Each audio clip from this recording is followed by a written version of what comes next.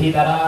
तुकोबरायांच्या कीर्तनातून एक जण उठून उभा राहिला आणि तुकाराम महाराजांना म्हणू लागला, महाराज तुम्ही 375 वर्षाचे तुकाराम बुवा. फॅन बंदच करा 2 मिनिटं. प्रभू दादा फॅन बंद करा, दोन्ही फॅन बंद करा.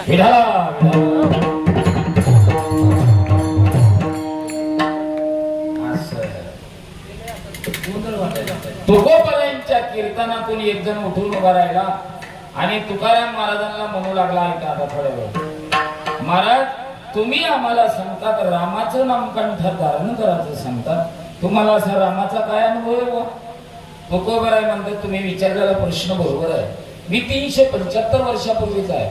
भगवान कृष्ण परमात्म्याने अर्जुनाला गीता सांगून 5,500 वर्ष पूर्ण झाले. किती?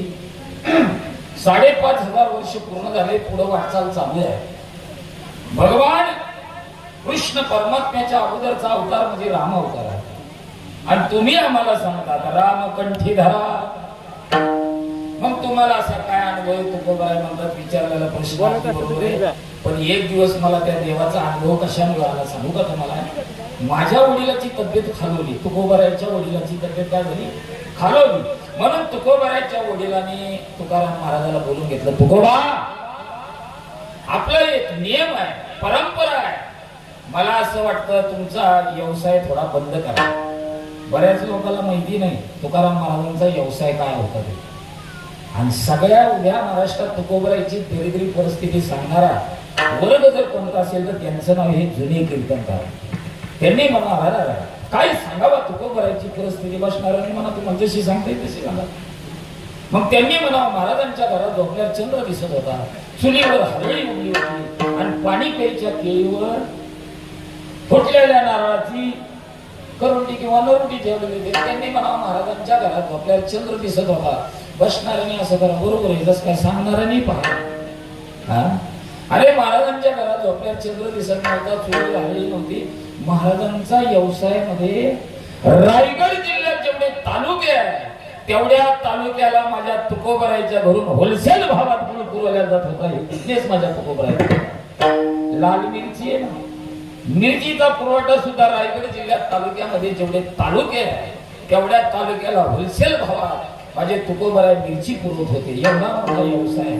आणि मग वडील म्हणले आज बिझनेस बंद करा, आमची इच्छा आहे, माझी तब्येत खालवली, मला असं वाटतं आपली वारी चुकता कामा नाही. वारी चुकू नये दे, वारी चुकू नये दे हरी, वारीला जा.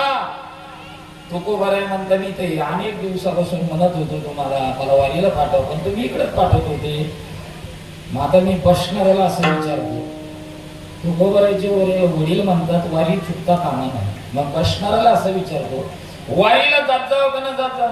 पुढे बसलेले वारीला जात जावं का न जात जा? दादा जात जा. वारीला गेल्याच्या नंतर गंगेच्या स्नानाला जात जावं का रूम मध्ये चांगल्या करायचा? काय म्हणणं तुमचं? ह्या तर आमच्या सारखे सांगते तर हे रूम मध्ये आंघोळ्या करते. एक आठवण राहिली, भगवान गडाचे मठाधिपती वैकुंठवासी सद्गुरु गुरुरे भीमसिंह महाराज, नारायणगडाचे मठाधिपती महादेव बाबा, तारकेश्वर गडाचे मठाधिपती नारायण बाबा आणि गहिनाथ गडाचे मठाधिपती गुरुक्ष महाराज. इकडे परभणी जर डोळ्यात पुढे आणली ना, गुरुवर्य मारुती बाबा दस्तापूरकर असतील, गुरुवर्य नथुराम बाबा किराळकर असतील, रंगनाथ गुरुजी परभणीकर असतील.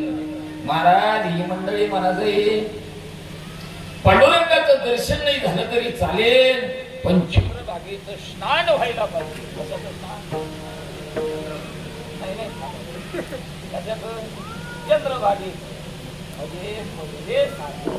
चंद्रभागेच्या स्नानाला प्राधान्य देतो.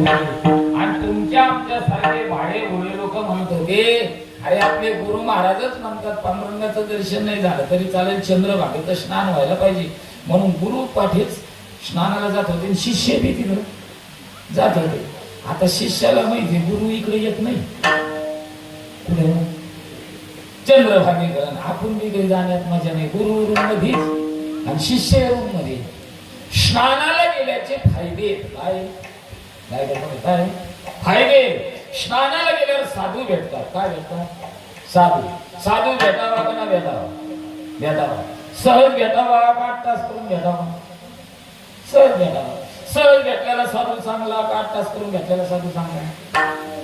बरं याच्या पुढे देणारा साधू असावा का घेणारा साधू असावा? ऐ पोराऊ कसे असावं? देणारे असावं का घेणारे? गोड बोलले यांचं नाव टाळ्या वाजा सगळे. देणारे म्हणजे आता देणारे साधू आता राहिले, आता सगळे घेणारे साधू आहे. आणि आता जितका जास्त घेत असेल तितका स्टॉपला आहे सगळे. तुकोबाराय म्हणतात आमच्या जीवनामध्ये घेणारे साधू नव्हते, देणारे होते. म्हणून तुकोबाराय म्हणतात मी सहज वारीला आलो आणि वारीला जात असताना स्नानाला गेलो, सापडले वाटे. आणि स्नानाला जात असताना अचानक मला एक साधू दिसले आणि मी त्या साधूच्या चरणावर डोकं ठेवलं आणि चरणावर डोकं ठेवल्याबरोबर त्या साधूला वाटलं मला काहीतरी द्यावा, म्हणून त्यांनी मला काहीतरी दिलं. काय दिलं? मंत्र दिला. राम कृष्ण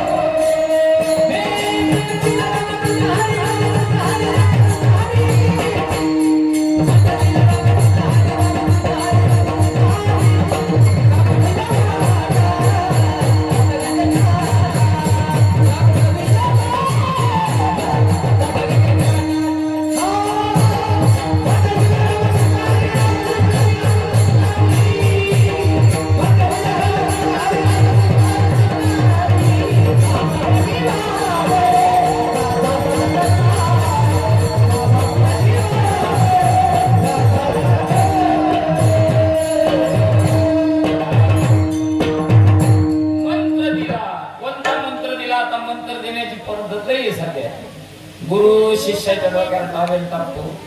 आपला मंत्र कोणाला ऐकू येऊ नये म्हणून त्या फुलपत्रामध्ये चमच्याचा आवाज केला जातो आणि मग नंतर गुरु कानात मंत्र सांगतो. तुकोबाराय म्हणतात असा मंत्र आम्हाला एक मंत्र असा झाला या मृत्यू लोकांमध्ये. रामकृष्ण हरी मंत्र असा आहे. अनेक मंत्र येतील, अनेक मंत्र जातील, पण रामकृष्ण हरी मंत्र या मंत्राला ओव्हरटेक करणारा मंत्र अजून निर्माण झाला नाही आणि होणार सुद्धा नाही. एवढी ताकद रामकृष्ण हरी मंत्रात आहे. काय ताकद आहे रामकृष्ण हरी मंत्रात? तुकोबाराय म्हणतात तो मंत्र मला दिला, घरी आलो, एकांतात गेलो, रामकृष्ण हरी रामकृष्ण हरी म्हणता म्हणता म्हणता मला राम बी कळला, कृष्ण बी कळला आणि हरी कळला.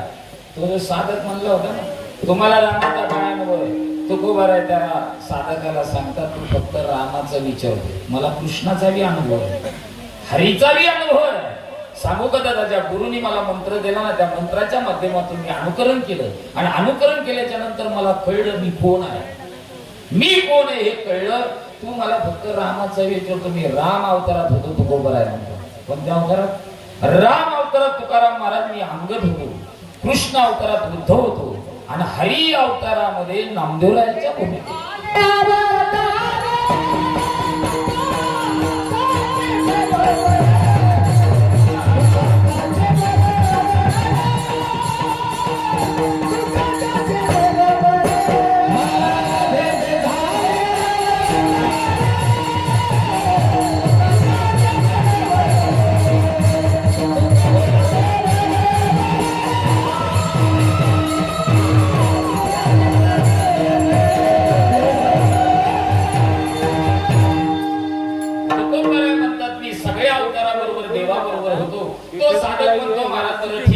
तुम्ही आम्हाला रामाचं नामकंठ धारण करायचं सांगता, आम्ही करू.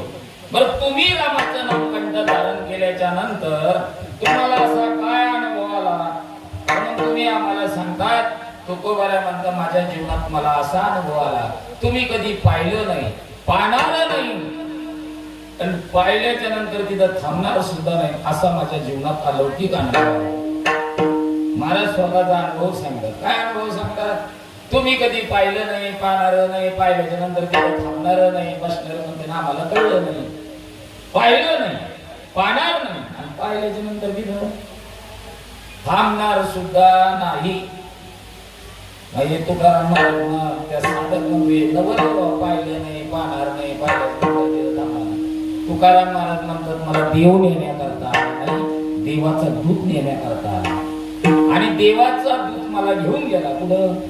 वैकुंठाला. आणि माझी मुलगी रडायला लागली म्हणून देवाने मला जसंच तसं खाली पाठवलं. हे तुकोबरायच्या जीवनातलं नवल आहे. नवल आहे का नाही? आता तुमचं काय नाही थोरातच ना नाव.